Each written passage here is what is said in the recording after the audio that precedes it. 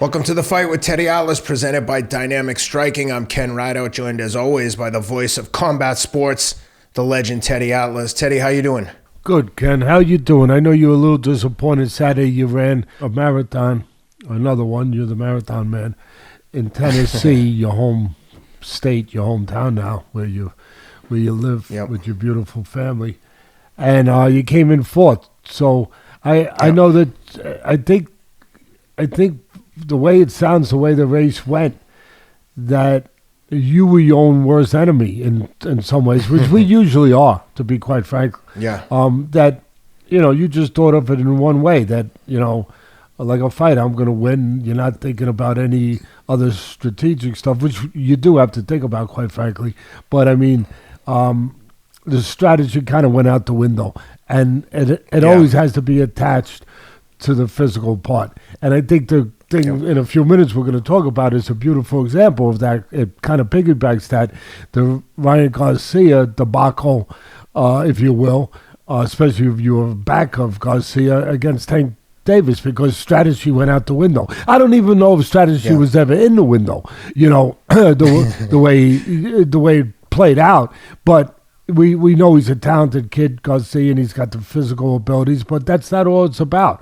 And so give the fans, because I know you got a lot of fans out there that really follow your marathoning career, and they're going to be disappointed you came in fourth, but they're going to be also proud that in such a tough field that, hey, you're competing at that level at your age.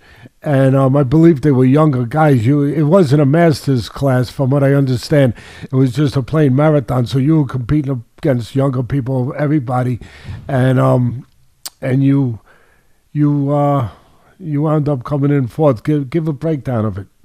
Yeah, no, you described it perfectly. It was I was racing in the open division, meaning no age groups. I just wanted to. My only goal there was to win the whole race. That's what I was trying to do. I didn't even tell anyone, or very few people, that I was even going to run it, because I don't know. I think I didn't even want to admit to myself that I was running another one so close after Tokyo. So I was just going to show up, try to win. And then in my mind, I was like, I'm going to win and be like, hey, guess what? I won a marathon this weekend. And so right from the jump, I went out fast with an African kid. And my best marathon was 2:28, which is 5:39 per mile. And that was if doing everything perfectly. So we went out at like the first mile was just under 5 minutes, I think. And then we were running like 5:19, 5:20. We went through 10 miles at under 5:30 pace. And I was like, this is way too hot. And eventually I kept thinking, he's trying to see if he can like get away from me. I'm going to stay with him, and then he's going to eventually pull back, and I'll just ease up with him. And I was just sitting on him. I never took the lead. I purposely stayed right behind him, because it's so irritating when someone's running right behind you. So I was just trying to play games and hoping that he'd overextend himself, even though I knew I was overextending myself, that we'd both kind of have a silent agreement to recover together. And then eventually I'd just sit on him and wear him down. Probably, I think a little bit like Ryan, in that I came out on fire and I know that I can't keep that pace, but I was like, maybe I can get this guy out of there and he'll drop off, and then I'll just dial it back and conserve a little, and I'll strategically figure out a way to win if I can break him. But the opposite happened, and I got caught with a body shot and limped in. I mean, if I had been strategic, I definitely think I would have got second overall, but I only wanted to win. So second, fourth, it didn't really matter. I only wanted to win the race. So I limped in. A guy passed me with a mile to go to get the last podium spot for third overall. But like you said, I just was like, I only want to, at that type of race, anything other than a world marathon major, I want to win. Just like Rob Moore, our producer, who won the Surf City Marathon. I got second there one year to a guy who was like a professional runner from Princeton. It was just, sometimes you just never know who's going to show up, but all you can do is just start swinging. Rob didn't run this weekend, did he? No. He won in last February. He won the Surf City Marathon. Yeah, that was great. Yeah. So give the fans what the final winning time was and what your time was. Yeah, so the winner ran 2:27, which on that, the course was brutally hard. It was like harder than Boston and New York, which are notoriously hard races. A lot of hills. The weather was perfect, though. It was great conditions, everything. I had no excuses. The conditions were perfect. It was a really tough course. I have a lot of miles. You mean there was no spy? There was no spy in your camp? No. I only had one saboteur, and that was myself. I sabotaged myself by Usually being stupid. is that but way. I don't think I couldn't beat that guy if I raced him 10 times. 227 on that course is too fast for me. But what was your time? What was your time? I know it was. I ran 237, and for context, I ran 229 in Tokyo 6 weeks before. So that was the slowest I've run in years, but only because, like I said, I just went all in the first few rounds. Ended up just getting to the finish line and hanging on for dear life. Well, I wonder how your protege did, because we went out again to the same restaurant we talked about last week, me and my family. My son-in-law, Jeff, liked it. And so, and I like it too. They support the foundation, the charity foundation. I told you that. So we go. So we went there again. And of course, the bartender, this time I got his name, Vinny Lombardi, baby. I said, I got to get your name. He listened. He was all excited. He came over to the table. He goes, I heard the podcast, So I said, give me your name, because if we're going to talk about you, I should give your freaking name. And so anyway, he was getting ready to run a half marathon on Sunday in Brooklyn. So I hope he did well. I have no idea how he did, but next time we go out to dinner, I guess I'll find out. But your protege, he will be glad to hear that. Well, he won't be glad to hear that you didn't win, but he'll be glad to hear that his man is out there competing at his top effort at all times, as always, and that a lot of people would love to get the time you got, even though it's like 8 minutes off of your usual time, but they'd love to be able to get that kind of time, especially, not to mention at your age. But anyway, Vinny Lombardi, hopefully you got a little spring in your step there this week as you're bartending, having won the Brooklyn half marathon. Go ahead, Ken. Vinny, next time you're running a marathon, please don't work the night before. Take a day off. Give yourself No, a break. I don't think he did. That was Friday night. Good. He was okay. running on Sunday, so he probably had off Saturday, I would assume, anyway. All right, before the fans go crazy saying enough with this BS, get to the tank fight, the last thing I'll say is, to your point where you say a lot of people would like to run that time, I get that. There's a part of me that understands that and knows that, I never want to sound like a narcissist or arrogant, but if you get into that mindset that, that's good for other people and I'm satisfied with that, well, then I couldn't be who I am if I was happy with doing something that was below what I think I am capable of. Do you know what I mean? It's like, you're damned if you do, damned. Yes, I should enjoy whatever I do, and there should be an element of pride, but there's also something that drives me to be like, oh, you could have done better. And it's like finding the right balance there can be challenging. So yes, for context, for everyone out there, yes, I know that's a fast time for a lot of people, but so it's like, yeah, part of me appreciates it, but there's another part that's like, come on, we got to do better than that. So I don't know. It's a double-edged sword, a blessing and a curse. Let's talk about the real fight that everyone's here to talk about. Ryan Garcia, Tank Davis. Started out like a house on fire. I mean, I thought Ryan Garcia didn't look intimidated. He was in there roughhousing. I was actually surprised that the ref was letting him get away with as much rough stuff early as he was. I mean, the first round was total feeling out, almost like that Garcia camp was like, let's feel him out. And the second round, he just came out in full attack mode. But the minute he got dropped in whatever it was, the second or third round, whenever he got caught, he absorbed it and seemed to respond pretty well in terms of physically. He had his legs under him, but the game plan seemed to be out the window at that point. It was almost like he got cracked and was like, oh my God, this guy cracks much harder than I thought. And this is at least what I saw. And the action slowed down considerably, and then Tank slowly started to gain confidence, started to figure him out, just like he typically does, wearing him down, looking for setting traps, trying to trap Ryan into different moves, and then he hit him right as Ryan was throwing a punch and had himself fully extended. He caught him with a perfect body shot, and I think that a lot of people underestimate, and I saw Regis Prograis send out a tweet about this, saying, people underestimate. It's one thing to get hit in the body when you see it coming, like at the UFC, a guy gets kicked in the body, he's ready, he absorbs it, but it still hits his body. But when you're fully extended and your arm is out and you're leaned over in a certain way and you get punched in the ribs that hard or in the liver, wherever you got hit, it's like crippling and debilitating. Initially, it's easy to think, maybe he quit there. It looks like he could have got up right at the 10 count, but it looked to me like every time he tried to get up, he like kind of like tried to catch his breath again, where he was just seemed to be frozen. I don't think he quit, but I'm dying to get your thoughts on how you think he looked, his reaction. He got up right on the 10 count, but I'm curious to hear what your thoughts are on whether he quit or whether he was like legitimately just frozen with that body shot. But lots to discuss here. Yeah, only he knows, as far as that. So I won't speculate on that too much.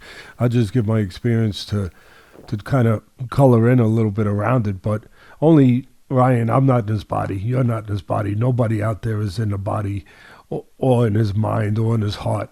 Only Ryan is. So it's between him and God.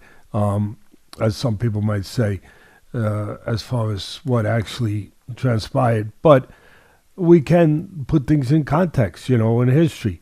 I asked Rob to reach out for some videos. My son got them for me, so I sent them over to Rob, some clips to put up there, and he'll put them up, where it plays on both sides of the coin, so to speak, where there's been people, first of all, historically, a punch to the liver is one of the most crippling, debilitating punches in the history of my sport, our sport, boxing. It just is.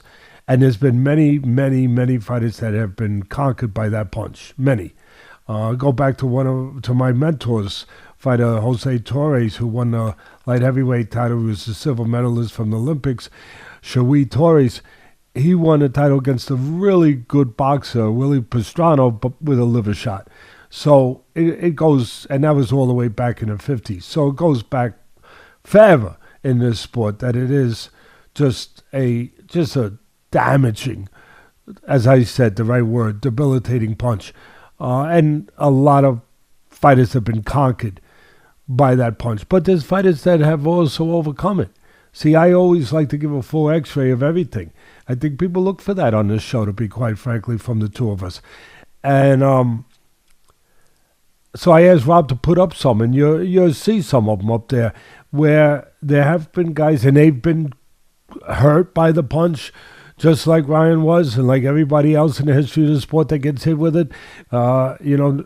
Nobody, it's everybody's kryptonite.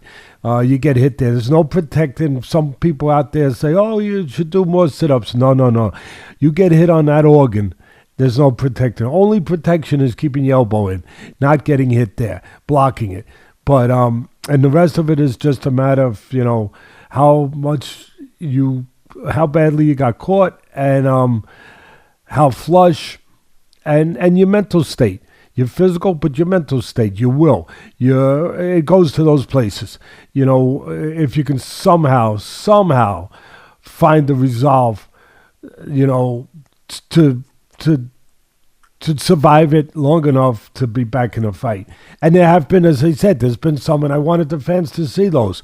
One of them was Arturo Gatti, the late Arturo Gatti, God bless him. He was a warrior, and he got caught in that epic, iconic ninth round in their first meeting between Ward and Gatti. That ninth round was one of the greatest rounds in the history of the sport. And there's been a lot of great rounds. That's up there in the top 5, maybe the top 3. And it was that good. It was that incredible. It was like reading a novel. I mean, different chapters of people's lives right in front of you in one round, up and down. And it was back and forth. Ward was just a great deliverer of that punch. He knew how to get it in there clean. He knew how to set it up. He knew how to pinpoint it. And he caught him with his forte, with his, Sunday punch. The left hook to the liver. And, man, he was paralyzed for a second. He being Gatti. He was paralyzed. He was gripped by that pain. I mean, it just grips you. It strangles you like a python in the jungle would drop out of a tree and strangle the life out of you, the breath out of you. That's what it does. And he was being, the breath was being strangled out of him. And again, you could feel it almost. It was almost palatable, where you could feel his pain. You know what I mean, Ken? When somebody's like, it's like you go, yourself. And he was about to go down, but he didn't go down. He found a way. He found a way not to go down, and he survived it. By the end of the round, he was coming back, and he was having his moments. You saw it with another guy. I'll tell you, probably would never get this kind of credit anywhere else. But Keith Thurman, who's a terrific boxer, terrific fighter. He's not active enough. He's had injuries, everything else. But this is a guy that was hot for a while there. And he fought on ESPN against Luis Collazo on my air on ESPN. And it was the first PPC fight, I think, with their new contract, the new deal with ESPN. I called the fight, and he's winning the fight handily. And then Collazo, I forget what round it was, but he catches him and left hook to the liver, and he hurt him. Again, of course. But he ran. He ran like a thief. But a thief not stealing from you, a thief that didn't want anything more stolen from him. That's different. That's different. And he ran until he recovered, and then the next round he was able to get back. And so again, the point I'm making is it's a devastating punch, but there's people that have not survived it. As obviously added to that list now is Ryan Garcia. There's people that have survived it, and I just gave a couple of them. There's other ones out there, but we gave a couple. And what I also put out there, which Robert put up, is the impact and the results that many people have felt, obviously besides Ryan, where they don't get up. And the ironic thing about it is this one was his promoter, Ryan Garcia's own promoter, De La Hoya, when he got hit with that punch against Bernard Hopkins. Was it Bernard Hopkins? And he was... I remember that one. I was at that fight. He was withering, were you? He was withering in pain. Withering. See, that's the differentiation here for me. I'm not saying you have to be withering in pain, but it was obvious that De La Hoya couldn't get up, I guess you could say. I usually don't say that because you never know what a human being could do. You never know. You never know. We are special sometimes. We can be special. We can find ways. We can go to uncharted courses in our own universes, if you will, at certain times. But he got... Teddy, you want to have a perfect example? If you watch the movie, or especially if you read the book Lone Survivor about Marcus Luttrell, the Navy SEAL, who got pinned down. I read that book. I read that book when I was in camp, one of my training camps over in Russia. Yeah, I think he had a broken back. He was shot multiple times. Basically, when he got blown up the first time and got thrown off the side of a cliff by the Taliban, I think at one point it blew all his clothes off. I think he was basically either he was naked or down to his underwear with a broken back and several gunshot wounds, and he survived for days until the Taliban. That's what I mean when I go to these places. Villagers, that's the thing is when you're fighting for your life, when you have everything about you says I have to survive versus let me just get this over with. I'm going to take it. I'm going to take it further. Some people are always fighting for their lives, Ken. They don't have to be on a battlefield. I agree. The way they look at it, they're always fighting for their life. So that's right. Listen, he with getting back to De La Hoya, De La Hoya, that was more of the picture of what you almost expect. Like the guy, as far as you could see, like. He can't get up. Like he's writhing in pain. He's crawling around on the canvas. But that wasn't the case with Ryan. Yeah. And again, I don't know either more than what I'm putting out there. I'm using my experience just to put it all out there. He did jump up right at 10. And that does make some people, as unfair as it might be, because they haven't been in there, they weren't in there, they might never be in that situation in their lives. But it makes it unfair, but life is unfair quite often, where some people say, hey, he jumped up at 10, So, and look, who knows what was going on in his mind? I tell you one thing that I do know, there was something going on in his mind. There was something, because you could see it. You could see it. He was looking around. No, but there was something going on in his mind. And then he made a decision. A lot of people might say his body made it. But at the end of the day, we make it. We control the body. We are the general to the soldiers of our body. And at some point, he he made a decision. And I'm going to go back to another. I'm going to ask Rob to get this video too. And I think it's perfect. It's not a body shot. It's a head shot. But I think it speaks volumes to what you just touched on and what I'm touching on here now, where we're going kind of deep.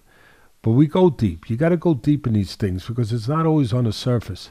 It's below the surface. I'm going to go back to Tyson Fury, which made him a zillionaire. That fight, that getting up made him a zillionaire. It did. He doesn't get up, he's not a zillionaire. And he's not Tyson Fury to the way that the world knows him now. The world does know him now. And his story has been epic. His story has been great for people that he was down, he went down that terrible spiral, rabbit hole, if you will, of drugs and depression. He was suicidal and he came back from it. It's a tremendous story of a man finding himself and, pulling himself out of that hole of despair. But it was his first fight with Wilder, the best puncher in boxing. Not the best boxer, but the best puncher in boxing. And he gets caught, he gets dropped in the 12th round. I believe it was the 12th round. And as you would say, he looked like he got shot with a 12-gauge shotgun. He's laying there like it's over. Thankfully,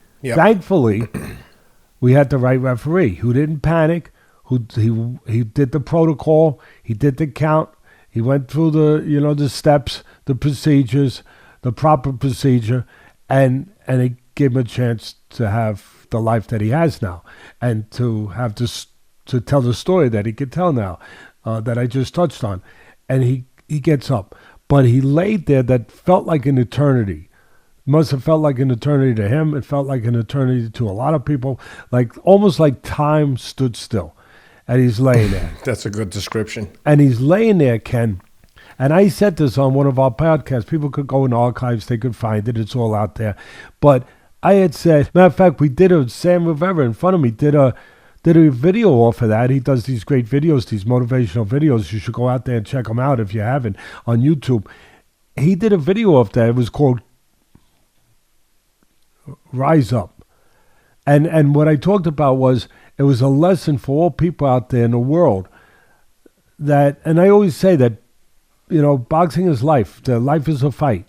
And that I always try to connect the dots with the fight that somebody out there might be fighting, in their own way, in their own private world, their own private battle. And I talked about how there's always time to get up. No matter how many times you've been knocked down, no matter how badly beaten you might feel, there's always time to get up. It's not over till you say it's over. And there's always a chance to get up. And that was a perfect example of that, where Tyson Fury was laying there like he's gone. And while he was laying there, I said, he was thinking. He was conscious, obviously, he got up. He was thinking, do I get up or don't I get up? Do I live or do I die? And listen, I don't mean literally die. You could die in different forms. You can die where emotionally you die, where you're not alive anymore, where you stop trying. You're dead.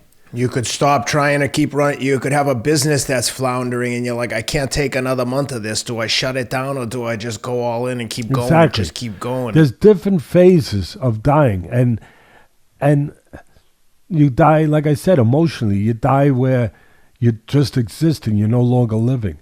That's dying. That's being dead. That's a walking dead man, basically.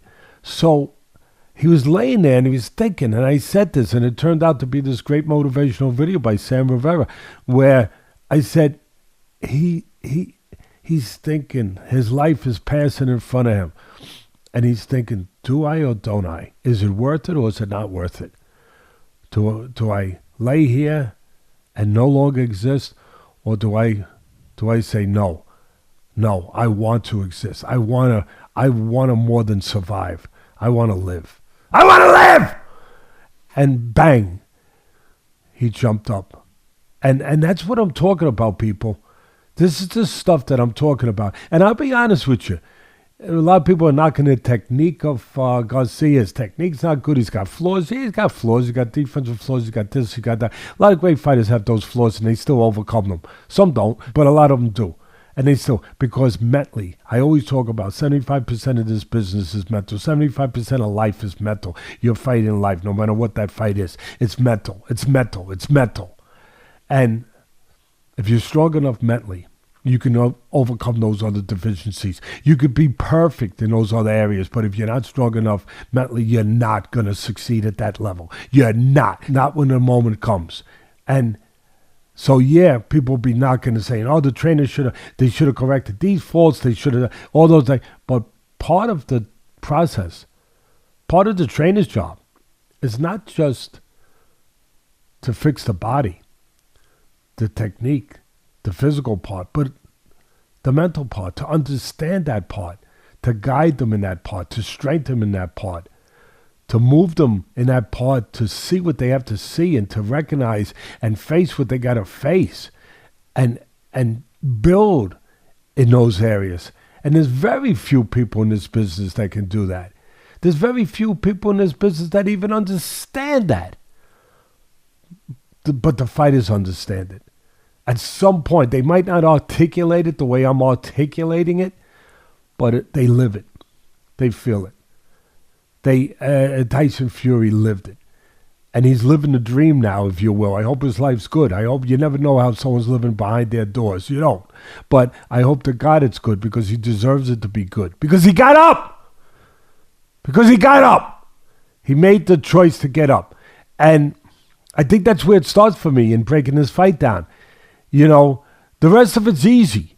Yeah, he went out there. You did it, Ken. He went out there, filled that round. He won the first round, probably Garcia. You know, it looked like he had the right idea, control the range, control the outside. You know, I talked about that. It was a fight of geography from the physical standpoint. He's taller, he's longer. Use those assets, use those attributes. You know, control him on the outside. Tank Davis is a good puncher. Don't let him get close to you. He's a shorter arm fighter. He's a shorter fighter, you know, as far as height. Keep him on the outside. Make him earn real estate. You know, make him pay to get close to you. See if you can get him to reach. See if you can get him to overextend himself. Make mistakes. Set traps. You know, but control the geography. I always talk about the geography. Control the freaking geography of the ring. That's best for you and not as good for him. And he did the first round. It looked like he set his feet. It looked like he was set to do that. And then what happens? The second round, to correct your point a tiny bit, I think, where you said he decided to go haywire and just go after. I think that he caught him something. And he just thought, okay, I can end it right here. And he went away from his discipline. If he had that discipline, if his camp did have that. Because they didn't show me that they had the right plan. Because Ryan showed me, Tank showed me that him and his team had a good plan. They had a good strategic plan. I didn't see that for the most part, except the first round, but I didn't see beyond that, so I don't know how much faith to put in it.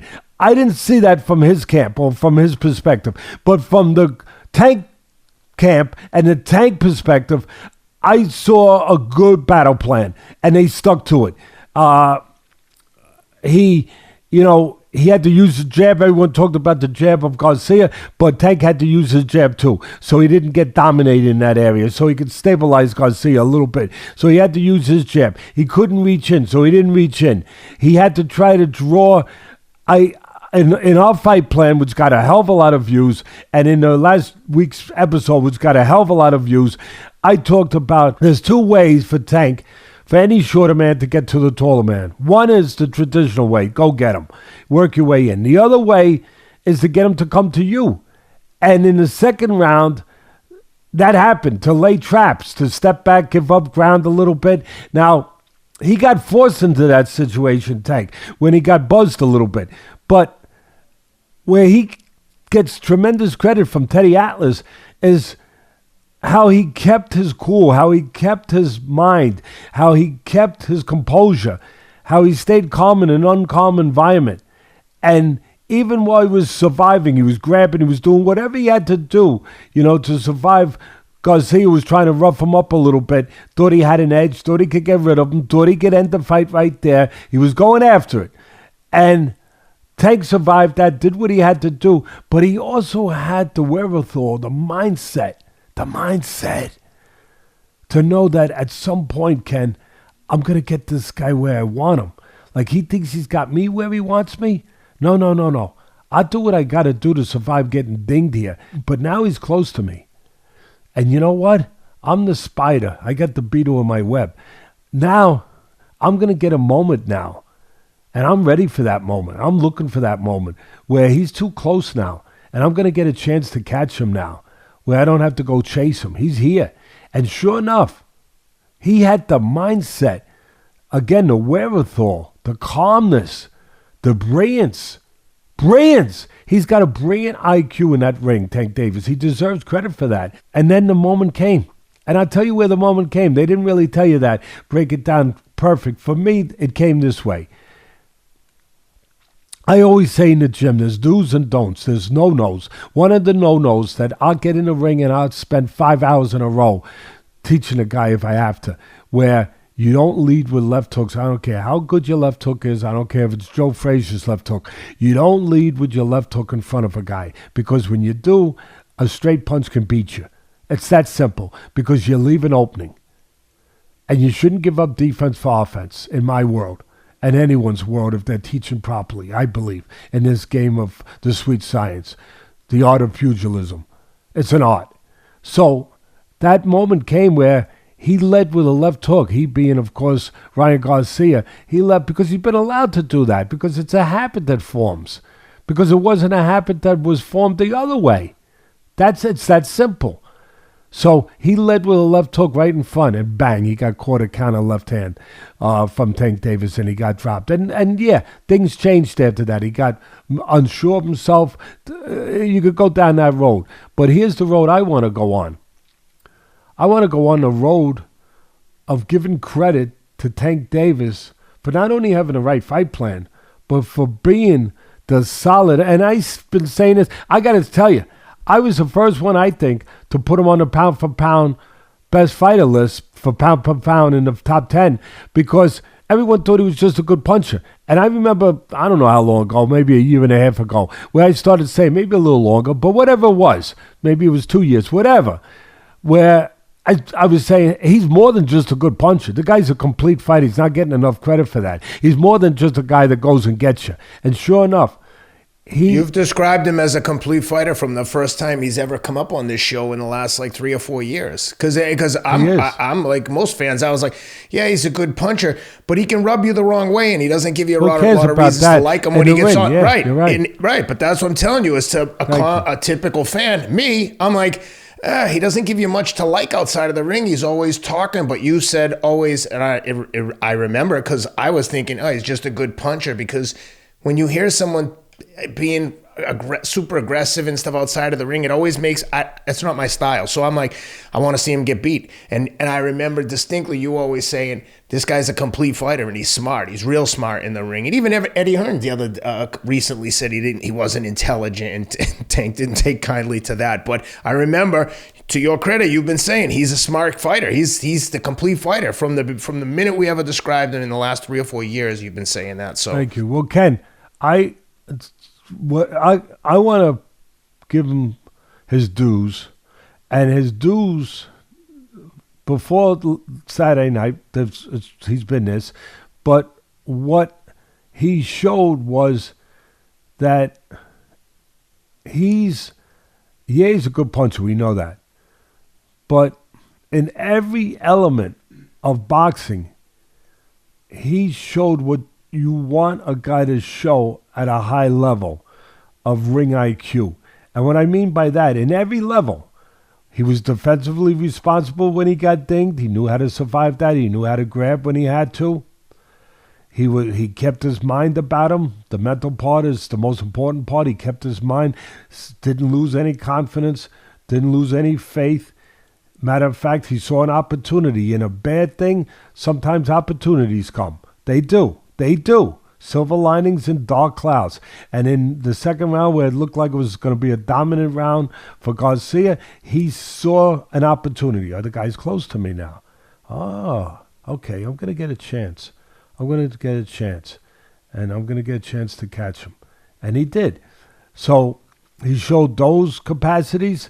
He also ended up being aggressive. I'll tell you another part that was very impressive to me. And I understood that he had this quality. Where even when he started taking charge after the second round, the third, fourth, fifth round, sixth round was a round where Garcia had a better round. And then, of course, the seventh was the end of it. But he was in control of the rhythm. He took control of the fight, but in a smart, deliberate way. He wasn't over-aggressive. If he was over-aggressive, he would have left himself open for a counter shot. He wasn't. He was taking small steps. He was very deliberate, step by step. Slowly but surely, he was getting to him. He was putting the pressure on. And at the same time, as I just said, not making any kind of technical mistakes where he was leaving gaps, where he was leaving holes to be counted. So he was patient. He was deliberate. He was, as I said, he was, his timing was elite. His calmness, his eyes, he's got good eyes. He's got those night goggles on that you use in war, where you got infrared, you see everything. When he was in that seventh round, when Garcia again, he had no business being that close. It's a battle of geography, my friend. He had no business. And that's got to be drummed into his head in the gym. I'm sorry, in camp. It's got to be drummed into his head. You've been in camp with me. When I had fighters that were too close, that wasn't supposed to be close, I would jump in the ring. I would literally jump in. Stop! Jump in the ring in the middle of sparring, but I'm doing good. No, you're not. You're not doing what you need to do. You might be doing good on the inside for the next 30 seconds, but 40 seconds from now, he's going to be doing good. You don't belong there. You're not going to win this fight fighting in there. Get on the freaking outside. And then I would let him start sparring again. Yeah, it's a tough business. Yeah, you got to do that sometimes. The consequences are awful unforgiving, awful tough. So I don't care if I got in there and bothered him. I bothered him on purpose to correct something right there when it had to be corrected. And again, the guy might be doing good on the inside. I don't care. If our battle plan was to win the fight and know we had an advantage and a disadvantage on the inside and an advantage on the outside, I didn't let him do it. I don't care if he was having success for a fleeting moment, a fleeting freaking moment. And that's what it was. Where, again, in the seventh round, he's in close. You don't belong there. You don't belong there. I don't care if you can win for 10 seconds. You don't belong there. And what happens? While he's there, he throws a punch. And when you throw a punch, you expose something. He exposed his body. He threw the right hand. The elbow came up. He exposed the body. Tank was in close proximity, which he wanted, which it shouldn't have been, but it was. It was good for Tank, bad for Garcia. And what's he do? He times him perfectly. Like Prograis said, he's right. He's a fighter. He's a champion. He timed him perfectly with a left hand right there. But he knew he was going to get that chance. Why? Because he was in close. He knew that Garcia would probably throw to defend himself. And he knew that opportunity would come. His IQ was there. And Dave is calm. Again, he's got good eyes. He's calm. And what's he do? He throws a perfect. There are a lot of people didn't even think it was a hard punch. It doesn't have to be hard. It's perfectly timed in the right spot at the right time, and bang, bingo. It's over with. Now, talk about a delayed reaction. You see how long that it probably took 3 seconds. Yeah, of course. But that's the that's how you know it was like he was really hurt. Listen, because he was back up and was like, no doubt. But what we don't know is what we don't know. The rest, the stuff that I talked about earlier, and now I'm going to say something. I want Rob to find this for me. I just thought of it. There was a great newscaster years ago named Paul Harvey. You heard of him, Ken? He was legendary. I recognize the name. Ken, he was legendary, like you. He was like you, and he was legendary guy, and he used to have a newscast. He would do the newscast, and he would talk about the story that everyone talked about, kind of like we're talking about. Everyone's talking about this fight. We're not the only guys talking about it. He'd talk about it, right? And then he'd get to his point. He'd lay it out there like we did, and then he'd get to his point. And when he got to his point, you know what he used to say? It became his trademark, his signature thing. And now for the rest of the story. that was his thing. It's legendary. It's iconic. And I want to see if we could play a game with it. I never would ever suggest I'm a legend or legendary of a man like that or connected to the kind of legend of a man like that. But I would just say, for fun, that I do think of things, we all do, in a different way than other people. That's our own path in life, to find our own way of thinking, our own way of looking at things, connected to hopefully the proper things, but again, where it's unique in a way that it's also connected to our experiences, our thoughts, how we present it. So I want Rob, if he can, to find that, and we could put that when I talk like this. And now for the rest of the story, in the legend's voice of Paul Harvey. And here's the rest of the story. The rest of the story. It goes deep. And I just did the analytical stuff. That for me is easy. I think we gave a good breakdown of all the analyticals. And I think people should be fairly satisfied with that. You know, one guy got the geography he needed. The other guy did not maintain the geography he needed. One guy had a very solid fight plan. The other guy didn't seem to. And if he did, he didn't stick with it. The rest is history, as they say. But what's not history, what needs to be examined to understand history a little bit more thoroughly, is what else went on right in front of us that we probably didn't pay attention to, that it might have been telling us something. And listen, I'm going to go into some tricky territory here that some people might not like. But you know what? It won't be the first time I've done that. It won't be the first time I've done that. And listen, I'm a religious person. My religion is private, as most people's, but I believe in what I believe in. I believe in God. I believe in living the right life, to try to live the right life, to try to be as good a person, decent person as possible. And I'm still working like hell to try to be better. And it's obvious that Ryan is a good kid. He's a religious kid. He talked about his faith. And but I can only be what I can be. At the beginning when he was coming out of the tunnel, he was doing what we see fighters do. They look above and then they, whatever. It's out there. We see the Muslim fighters that have their faith. They go in a corner, they bend down, they put their arms out, they gather some strength, and then they get up. When we saw Ryan coming out, we saw some of that, but it was a little different, where Ryan was looking up above, putting his arms out, almost like he was, trying to gather some strength that was going to be sent down to him, right? And listen, I think it's important to have faith. I think it's important to connect with your faith, your belief, to find strength in that. But it's also important to know where the true strength is. The true strength is, and God would, I can't speak for God, but I know that there's an old saying, God wants you to help yourself. He'll give you everything you need to help yourself and for you to find your way. And the greatest strength has to be from within. The strength that you have, that you believe, that you garner, that you build, that you fortify. It has to come from within. It has to come from within.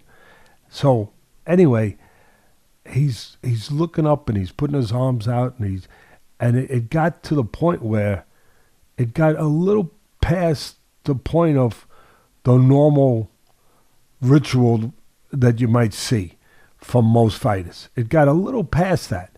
And it's okay. It's nothing wrong with it. But it's something to think about and to be observed. And I observed it. And I'm thinking, it almost felt, Ken, like he was saying, help me, like right now. Like, almost like almost, I don't want to go as far as to say, do this for me, but it was almost like, he was asking for strength, but the strength had to be there already. It had to be there already. And God's always there with you, if that's what you believe, always there with you. And if you're an atheist that doesn't believe, that's fine. I'm not knocking your belief. But for the people like me who do believe, he's always there. But you got to be there. And it almost seemed like he was like just almost desperate, like, do this. I want to feel it. I want to, like, make this happen. Do this for me. And nobody could do it for you. Almost. And listen, who knows? But I know that most people would not either recognize it or talk about it if they did. But I'm going to put it out there. And the reason I'm going to put it out there, I think it played. I think it played to a certain area, certain dimension, where there was, it takes a great inner strength and discipline, we love that word, to do things in this kind of environment, a scary, dangerous environment. It's scary and dangerous. Anyone who says they're not afraid, they're a liar, or they should go to a doctor, find out what the F is wrong with them. Something's missing. You're supposed to be scared, but you got to learn to control that fear, to make it work for you, to make it your friend, not your enemy, to make you better, make you sharper, make you more aware, but not to let it overcome you. In this kind of fight, you have to be able to stay on the outside, toe the line, hold the line. And again, I asked Rob to put up this clip from the movie, from Gladiator, and also from the movie Braveheart, where Russell Crowe his men are coming down on the horses to do battle, but he wants the timing to be right. If they go too soon, the other guys will know they're there. You follow, Ken? If you go too soon, Yep. the enemy's going to know you're there. You go too late, you're screwed. It's got to be just right. So as he's coming down, he's a warrior. He's a general. As he's coming down, he's yelling. It was beautiful. It made me think of this. He was yelling, hold, hold, hold, hold. And I was thinking about that. That's what it had to be with Ryan. Hold! But it takes real discipline and conditioning and strength and courage. He's got courage. Ryan's got all the courage in the world. But it takes a different kind of formulated courage, conditioned courage, disciplined courage, where you can hold off on the outside and don't go in. You know why, Ken? Because, and this is going to blow people's minds, the laymen out there. But if you go in, that's the easier way. Because you go in there to get it over with, not to face it, That's to get it done. You go in there, you just get it over with. And it's done. And people say, wow, he was brave. Wow, what a brave guy. And he was brave. He's braver than most people. But he wasn't brave enough to be the best. He wasn't brave enough in the area we're talking about. He wasn't conditioned with his bravery. He wasn't disciplined with his bravery. The way that I'm talking about, to be what I'm talking about. The greats, the special ones. That's what I'm talking about. And because to stay there and hold the line, hold, to stay there and hold the line and not go into, that's harder because you got to keep facing the beast. You got to keep facing the devil longer and longer and longer. It's hard to keep facing the devil and stay, and then fire, and then stay out there, and then face him again, and face him again, and face him again. It's easier to get it over with, to run to the devil, to run to the beast and kill the beast or get eaten by the beast. But in that moment of what you want to call it, terror, that moment of whatever you want to call it, of disarray, that moment of chaos, that moment where it all goes south, where it can't go south. You want to talk about that moment? That moment, it's the moment that you have to stay there. You have to hold the line. Because again, I'll say it again, I'll repeat myself because this is worth repeating. Because it's easier to just let yourself go. Because one way or other, it's over with. You either got him or he gets you. But it's over with. You don't have to keep facing. It's harder to keep facing. And that's what that wasn't drilled into him. There was nobody in camp drilling that into him. I guarantee you. Guarantee you. And that has to be understood at this level. That has to be understood. And I'll tell you another thing. I don't want to knock the guy. The guy was a hell of a fighter, but I don't know that he learns anything from his promoter. And I'll tell you why. Really, I have something tangible here, not just something emotional or personal. I have nothing personal with De La Hoya, but I think he was a hell of a fighter. Gold medalist, division champion, a whole bunch of divisions, everything else. But he always, if you look at his history, he always screwed up his biggest fights, whether it was Mosley, he fought him twice, whether it was Trinidad, whether it was Hopkins. No, well, Hopkins was too big for him anyway. But whether it was Trinidad, Mosley, Mayweather. He always fought the wrong fight and blew it when he could have won. Always did something wrong. Always the wires got screwed up a little bit. Somehow crossed a little bit. And his protege did the same thing. He fought the wrong fight.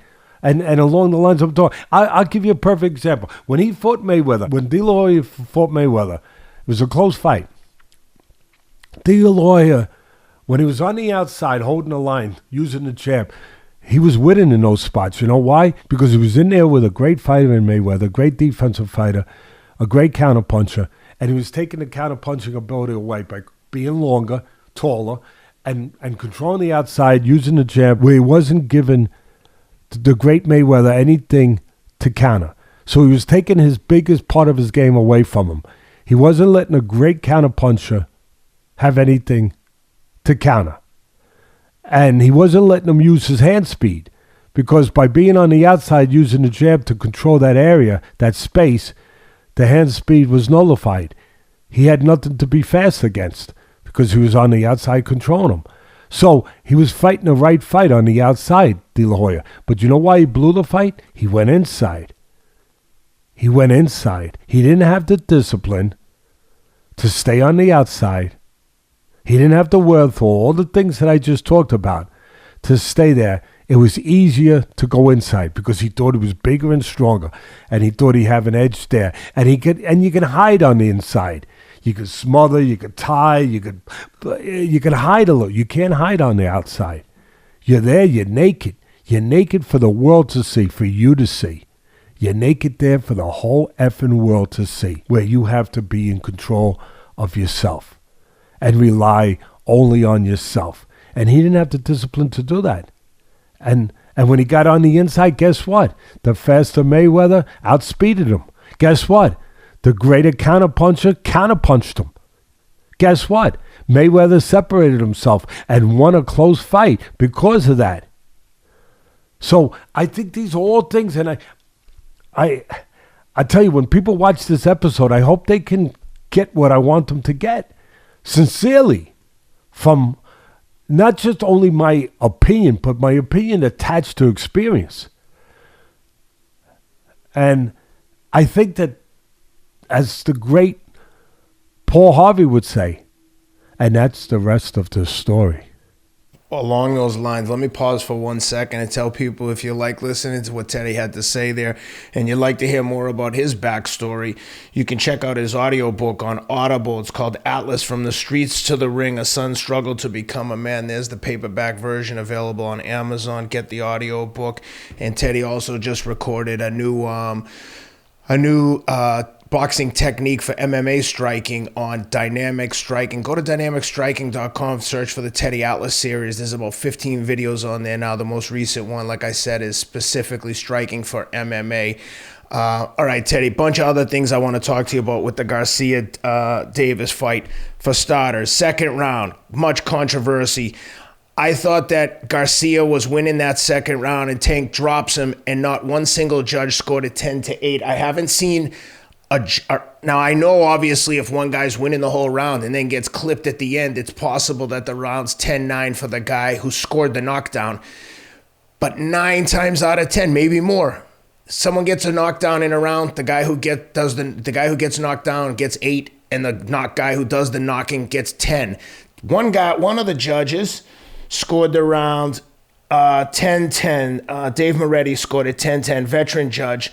Everyone else, the other two judges, both of them gave it 10-9 Davis. Seemed highly unusual in a knockdown round to score it 10-9, even when the other guy has done, like I said, won the majority of the round and then just gets a flash knockdown. What were your thoughts? Would you have scored it 10-8, and what did you think of a 10-10 round for that one? I completely, and you ready? Sit down. Sit down. I'm you're sitting already? All right. All the fans out there, sit down. Teddy Atlas is going to give credit to the judges. Yeah, I am, because when they deserve it, I give it to them, even if I have to go against my beloved partner here a little bit in his opinion. Everyone has an opinion. That's fine. Doesn't make. By the way, I wasn't disagreeing. I'm telling you, I've just haven't I seen get it. And I'm glad you brought it up. Very rarely I'm gets glad you scored brought it up, correctly. and you're right. And you're right to bring attention to it. I completely agree with all of them. And I'll tell you what I mean by all, because there was two was one way and one was the other way. I agree with the 10-9 completely, and I give them credit for doing their job the right way, which I would like to see more of that, where up until that point of the knockdown, Garcia was dominating the round. It was all Garcia. And he was dominating the round. He gets dropped. Now, when he gets dropped, it wasn't devastating. He got up pretty quick. He had all his faculties about him. He had everything. He didn't get hurt after that. Matter of fact, quite frankly, Tank was very patient. He didn't go after him that fast. He kind of let him survive a little bit. You know, he was waiting for his moment. Tank, he knew what he was doing. You know, he didn't want to get over anxious and run into anything. So he didn't really press the issue. He didn't push the envelope any after that. So he's winning a round big. And then he gets dropped and he gets up. And like I said, it wasn't devastating. It didn't have devastating after effects. It should not have cost him a 10-8 round. It should have just lost him the round. But because of what I just said, his work up to that point of dominating the round, up to that point, it should have gave him a 10-9 round. Now, as far as the 10-10, I would have made it 10-9. I will not go crazy over the 10-10 because the thinking was the same, and it was sound thinking. But let me say this: if you score that 10-10, that would imply that Garcia should have won the round. If he didn't get knocked down, would you have scored it 10-8 for Garcia? If he didn't get knocked down, I would have just given him the round. But I don't know how the guy, like, to basically say 10-10 and Ryan got knocked down. I would think that it was so one-sided that it basically 10-8 should have been with the knockdown. 10-8. No, not that. 10-10 doesn't make sense to me. Not to that point. But I like the 10-9s better. I'm more comfortable with the 10-9s. But I'm making an argument of why I'm not going to go nuts like Teddy Atlas goes ballistic sometimes. I'm not going to go ballistic over the 10-10. I like the 10-9s better, but the 10-10, I understand his thinking. That's all. Where his thinking was, Garcia's dominating the round. He gets dropped. I don't want to say a non-consequential knockdown. Every knockdown's consequential to the point, but it wasn't, like I said, it wasn't an emphatic knockdown. He gets up, he's okay the rest of the round. Davis doesn't really do anything more the rest of the round. So he's saying, okay, because he was way ahead and the other guy scores a knockdown, which is what you're always looking to do to get you back in the fight, it's even. All right. Even Stevens. Okay, I get it. My grandson does that to me a lot. Even Stevens. Okay, even Stevens. All right, I live with it. I live with even Stevens. Next. Go ahead. All right. What's next? Next topic.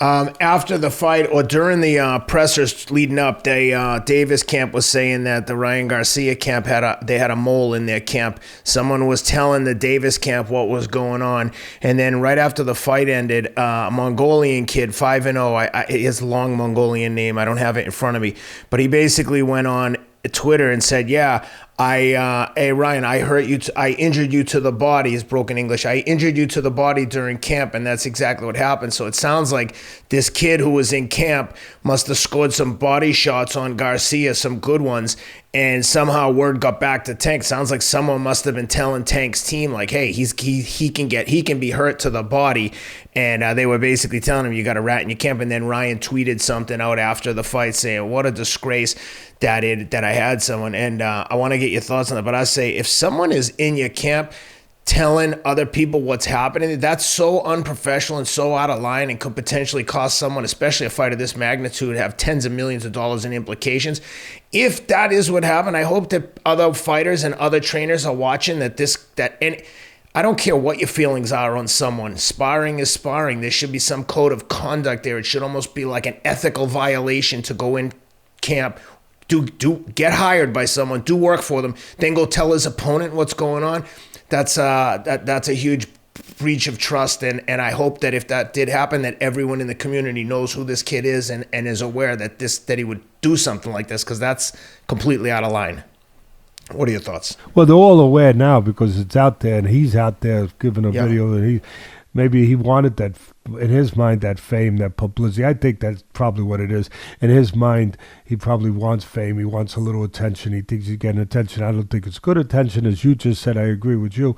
And I wouldn't use him in a camp, to be quite frank. But having said all that, it's not the first time. This stuff happens.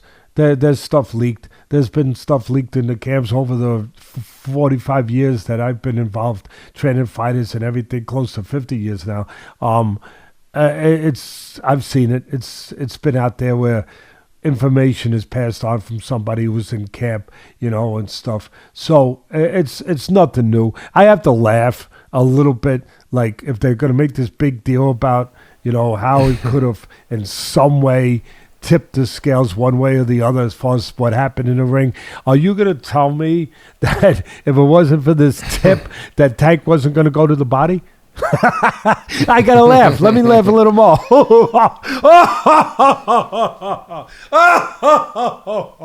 Oh, I had to get that out of me. I mean, yeah. So if they didn't give that tip, if this kid didn't tip them off, he wasn't going to the body. Please stop. All right. So.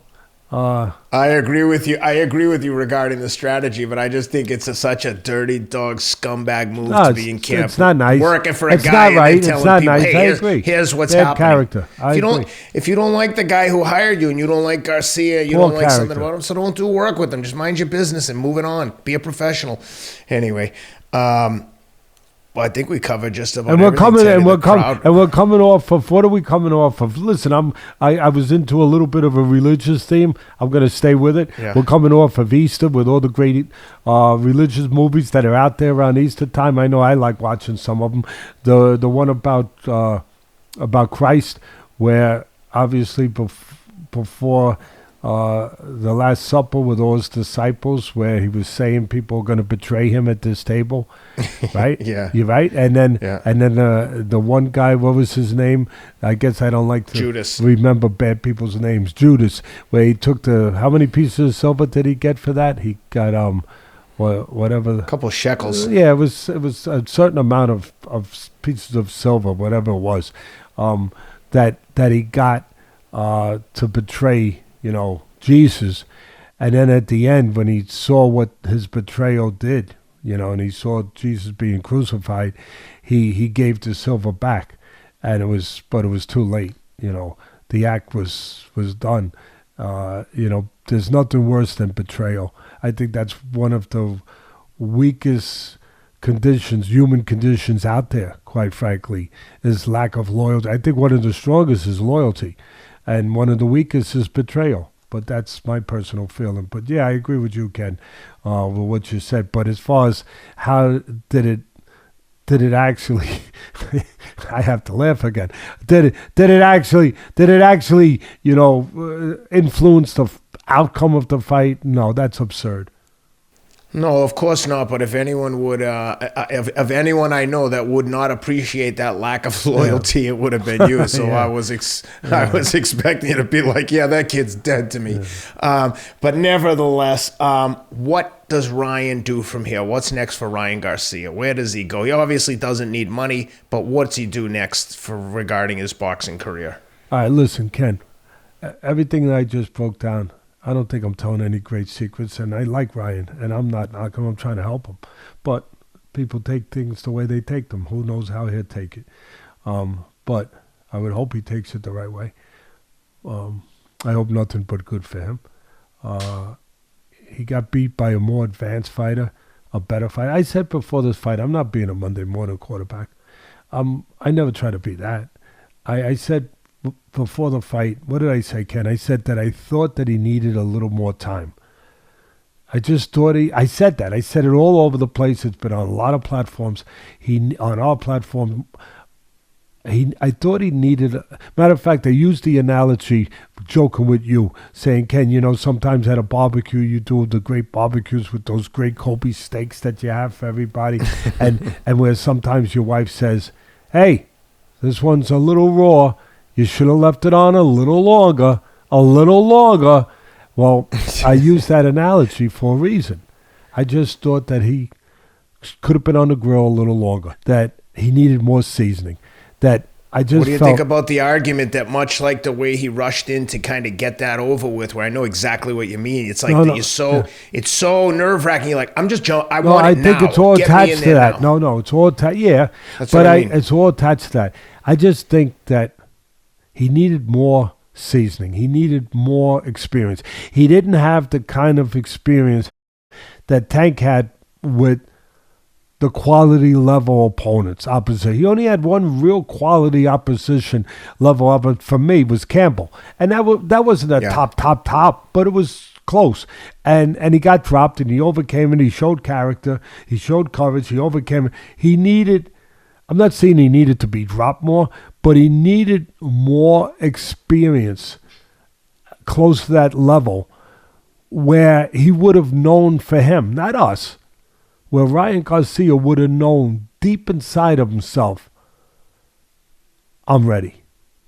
I don't think he knew deep inside. I think that's part of what I was trying to express when he was looking somewhere else.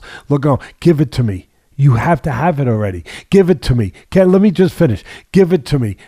That's where I think that comes in, where that wouldn't have been there. He could still have his faith in God, and that's beautiful. But if he had gotten a little more experience and a little more help maybe in certain areas with people around him, not too many teachers out there that can give him that. I understand that can direct him in that area. But he needs to get directed in that area. And part of it was just to get more experience where, again, he would have had the answers inwardly, where he would have known I belong. I can handle whatever comes at me. I can handle this! And that's something that comes with all the things I just touched on, that has to be formed and developed. It has to be baked, if you will, forged in a certain fire. And part of that fire is the fire of experience. And I just don't think that he had those answers to those questions because he didn't get that experience that he needed to really know, like I said, inside himself that, yeah, I'm ready. I can handle this. I can handle whatever the freak comes at me. So he still needs that. And I don't know. He's, if he can get it. And listen, this is hard love. But I don't think I'm about to say anything again that is something that someone else couldn't think of on their own. And I say it in a professional manner, not the way other people say, oh, he quit, he did this. No, I'm not going in those areas. I'm just saying he ain't, and I'm using the wrong, obviously grammar purposely to bring attention to it, but he ain't mentally tough enough yet. Doesn't mean he can't be, but he's not mentally tough enough yet to deal with the things you have to deal with at that level. Is that fair, Ken? Very fair. With that being said, who would you, if you're his matchmaker, advisor, trainer, who do you want to see him in with next? Who's a good test that isn't a layup, that is going to give him some work, but you feel pretty good? Things have to be corrected. That's a great question, Ken. Things have to be corrected before we even go there. All right, so let's assume you can correct all the things. In his life, in his way of thinking, in his way of training. With 6 months of training and focus. Things have to be corrected first. And then when those things are corrected, okay, then, or you think they're corrected, I want to take the car that's been tuned up, the car that's got a new carburetor, it's got, a lot of new parts under the hood. I want to take it out on the road and I want to test drive it. And I don't want to take it to the Indianapolis 500 yet. No, I want to take it in a tune-up fight, if you use that term. I want to find...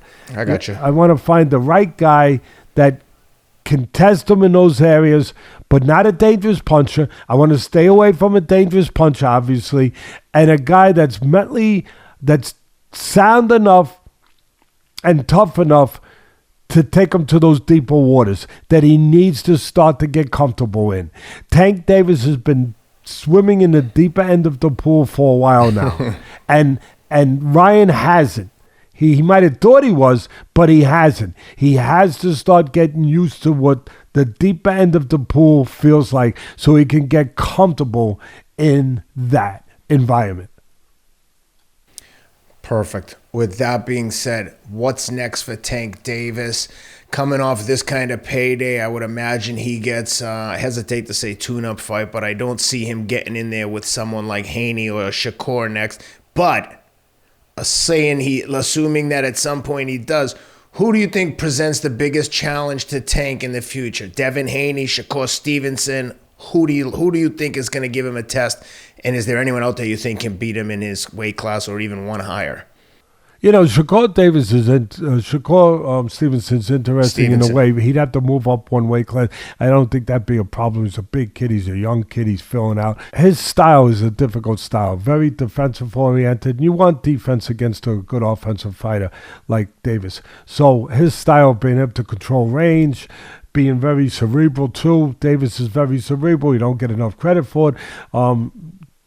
Because of the style attached. Shakur, he gets more credit for being cerebral, which he is. He's cerebral. He's got a good in-ring IQ, if you will.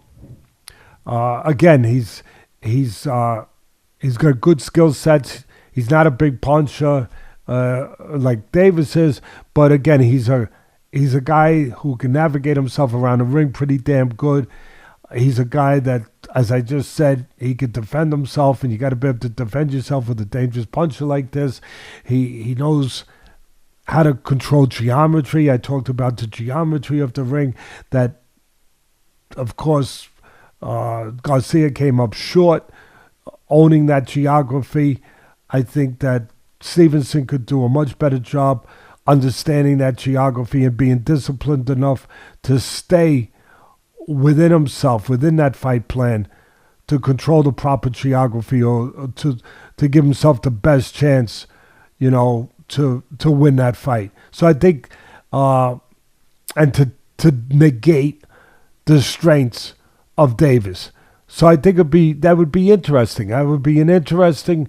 A lot of people would say, Stevenson's not exciting enough. He doesn't make exciting fights. He takes the air out of the ball. All that stuff. But I would find it intriguing to get the answers to those questions I just put out there. And could Davis, on his side of the fence, could Davis find a way against this guy who is talented, who is defensively, very good, who falls into a little bit, not as nearly as good, but a little bit into the department like his protege, Mayweather. That would be interesting to see, because Mayweather would have a lot of advice for him, which he always does, which is good because you're getting it from a great source, nowhere better. But he would have interesting advice because I think he would see some of himself in Shakur that is say, okay, this is how you have to deal. He's gonna, he's gonna try to be a ghost in there. Obviously, he's gonna look to counterpunch. He's gonna look to control range. He's gonna look to make you miss, make you pay. He's gonna look to do a lot of the things that I made my living doing. So I find that interesting. I would have loved to have seen Tank. I would have paid for this one. I would have loved to see Tank, and the ship has sailed on it, I think, with a prime Loma. Loma, I think, is probably a few years past his prime, but with a prime Loma. Oh my goodness. I would have loved to have seen that. And of course, Loma's got a tough task in front of him with having to try to beat Haney, which is going to be tough. It's going to be tough because I think he's a little long in the tooth now. Loma will still be interesting. You can't count him out. He's so great, but I would have to give a little edge to Haney right now. But I would have loved to have seen again a prime Loma with a prime Tank.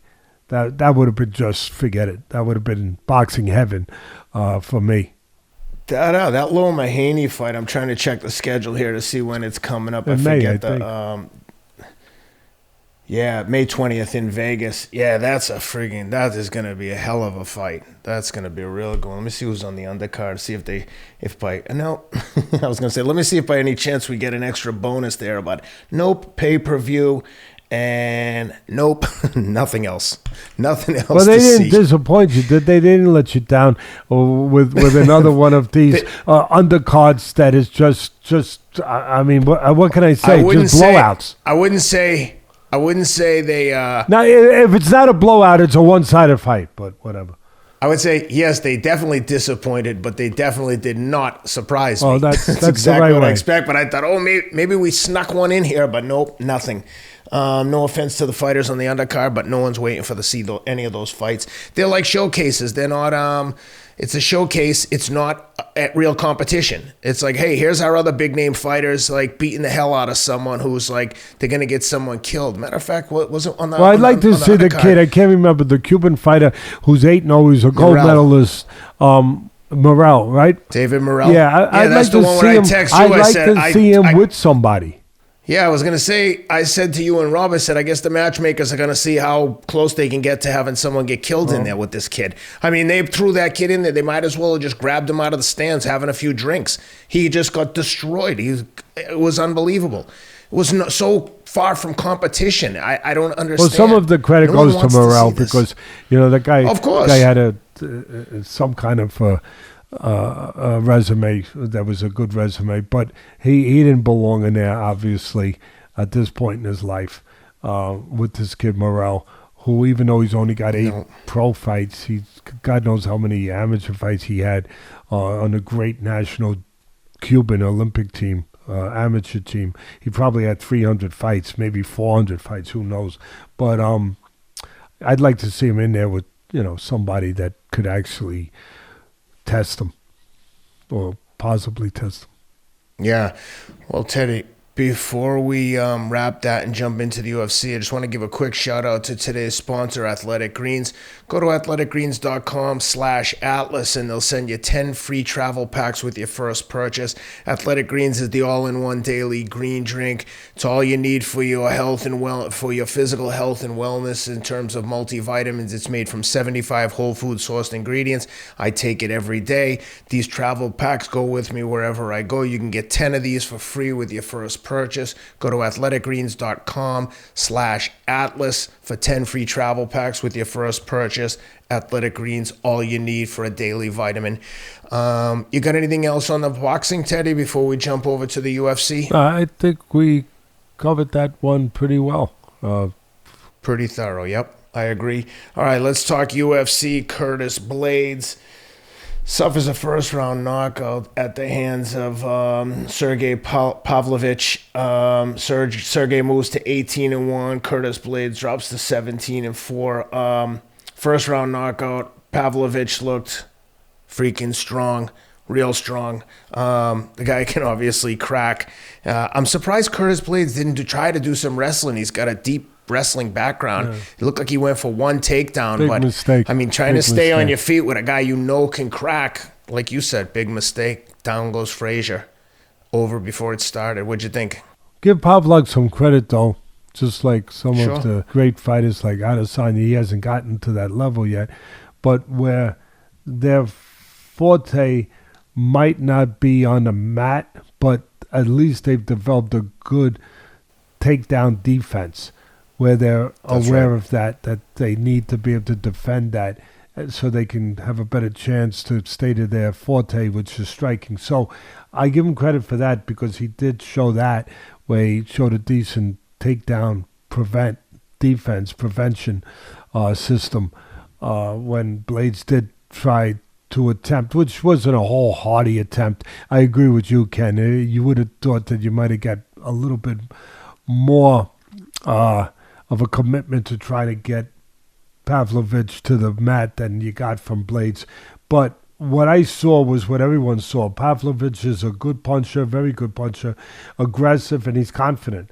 And I thought that early on, Blaydes had the right idea in the striking domain where he looked to counterpunch him coming in. And he had some success, landed some right hands.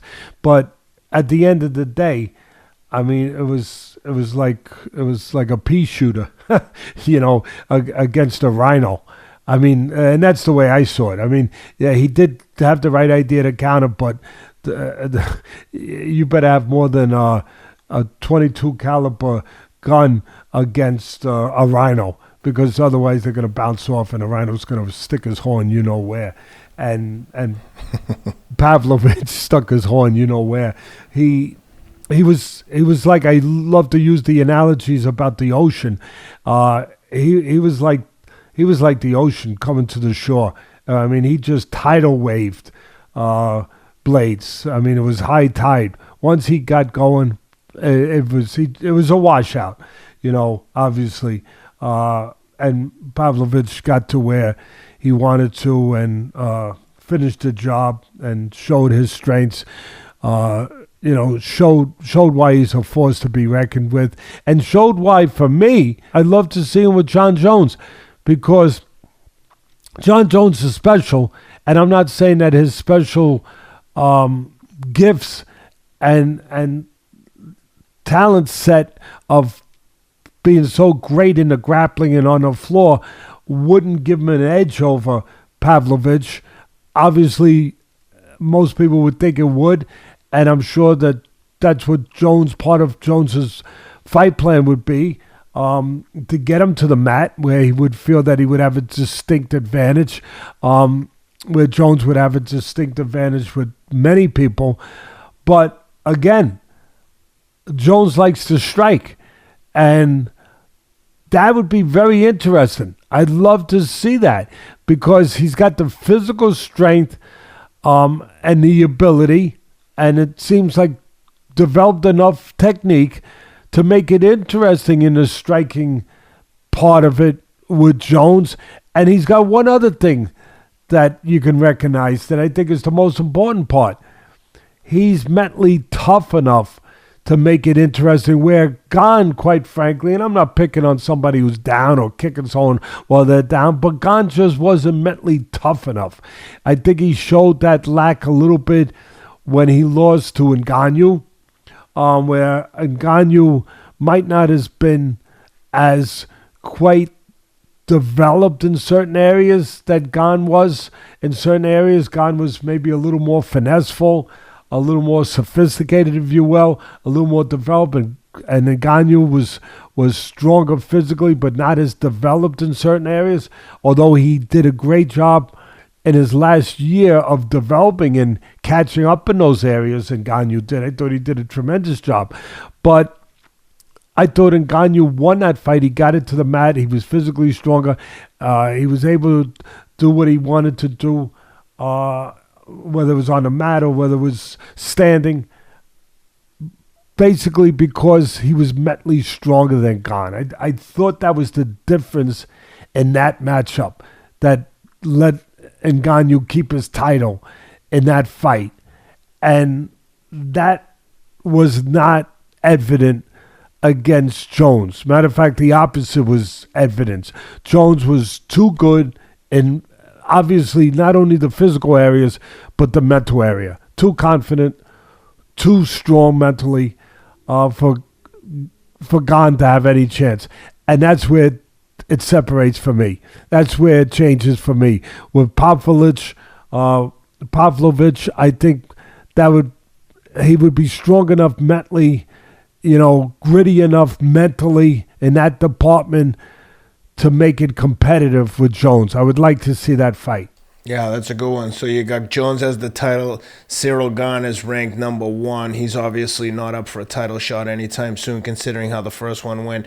Then you got Stipe at 2, and Pavlovich now at 3. Blaydes was at 4 at the time of the fight. So I think it's Stipe in the summer with Jones. I don't know if that's been finalized. Maybe Rob can let us know. But I know that that's what they're talking for next. But yeah, that Pavlovich and Jones. I love Jones get through. I love Stipe. The only problem is he's a little long in the tooth, kind of like we're talking about Lomachenko might be getting a little too old. Too many miles on the odometer, so to speak, as I say often. I think with Stipe, the same thing could be said, that he might just, he's great. He's one of the greatest UFC heavyweights of all time, if not the greatest. John Jones might wind up putting himself in there before his career's over. He's already thought of as the greatest UFC fighter, period, or MMA fighter, period, but he might wind up being thought of as the greatest heavyweight, too. But before he's finished with his business. But Stipe definitely deserves those accolades, deserves one of those spots as, if not the greatest, one of the greatest heavyweights of all time. I just think he might be too old. That's all. If he's not, then it'd be interesting. It will be interesting because he's a tough guy, and he's damn good and well-rounded in every area in that octagon. Imagine how good he'd be if he wasn't working full-time as a firefighter. Yeah, that to me is the craziest part of the whole story. Someone at that level of a sport and working a full-time job. Just it's crazy. What a humble, special, tough man. A man to really be. I'd love to get him on the show sometime. Truly respected for all those reasons. Yeah. Stipe, if you're listening, please come on and talk to us. We'd love to give you the attention and accolades you deserve. Not that you need them from us, but that's a special guy. We'd love to talk to him. So true. If anyone's got a line to Stipe, get him on here. Teddy, that's a pretty thorough breakdown of everything. We covered that like a blanket, baby. You got anything else before we say goodbye? Let me see what's coming next week, just for the hell of it here. Next week with the UFC, let's see. I'm sure the UFC seems to be in action every friggin' week at this point, at this time of the year. So next up on April 29th, Song Yadong and Ricky Simone headlining up an Apex event. And let me just see what's up on the boxing. April 29th, Zepeda and Arboleda. Nothing really big. A couple small shows coming up this weekend, so relatively quiet on the Western Front. But I'm sure we'll figure something out. And that was a pretty thorough breakdown, Teddy. Thanks for all the analysis. Thank you. Thank you for being with me. And as always, sharing this platform with me. Appreciate it. Wednesday night is a big night, by the way, in the Rideout household. Young Cameron Rideout, my in-house ninja, is up for his first belt upgrade in jiu-jitsu. That's great. He's been electric all week. That's great. And I'm telling you, every time we watch TV together now, at some point, inevitably, he'll try to jump on some kind of choke. Every time. I'm like, Cam, that joke is getting old. He's like, it never gets old, Dad. That's great. That's great. So... That's great. I'll keep you posted. I'll send you some pictures. Please, I want to see pictures and tell them that I'm proud of them and good luck. All right. Thank you. And thanks, Rob. Thanks, Sam. And thanks to the fans. Appreciate all the support. Love you guys. And we'll be back next week with more. Thanks, Teddy.